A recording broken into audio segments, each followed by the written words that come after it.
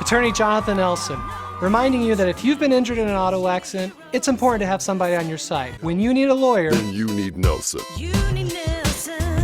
Former FBI agent John Guandolo spoke at the Board of County Commissioners' chambers last night to a group after training our law enforcement officers, county officials, and others allegedly about how to understand a threat when it comes to terrorism. Members of the public were invited to hear Guandolo speak and ask questions. Guandolo was dismissed from the FBI for a number of ethical breaches, bizarre conduct, and an affair, according to reports. Guandolo has devoted himself to a rabid brand of anti-Muslim activism, working closely with some of the most powerful and influential anti-Muslim groups in the U.S. The training of our law enforcement officers reportedly was professional, with none of the racial, religious, and factless statements which occurred last night during the public meeting. Some say the fact that Guandolo is still able to train law enforcement following his disgraced exit from the FBI is troubling. So a Muslim is someone who submits to Islam. Islam means submission. It does not mean peace like you hear on TV. It means submission.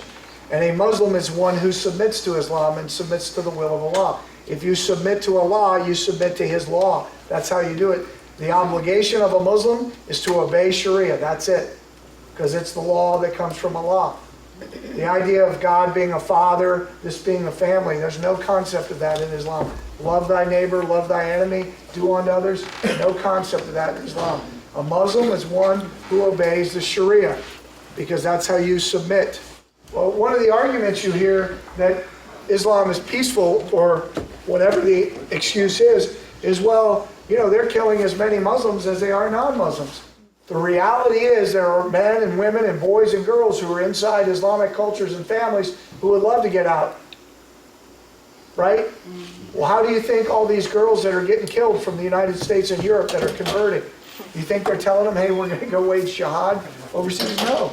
They talk very nicely to them. As a matter of fact, that same book instructs them on how to present. The following are not subject to retaliation. Correct. Okay? Just I want to make sure you don't think I'm just making this up. And then it says, who's not subject to retaliation? A father or mother for killing their offspring or their offspring's offspring. How can they teach this in our schools? Isn't that, that's what it says right there, right? Correct.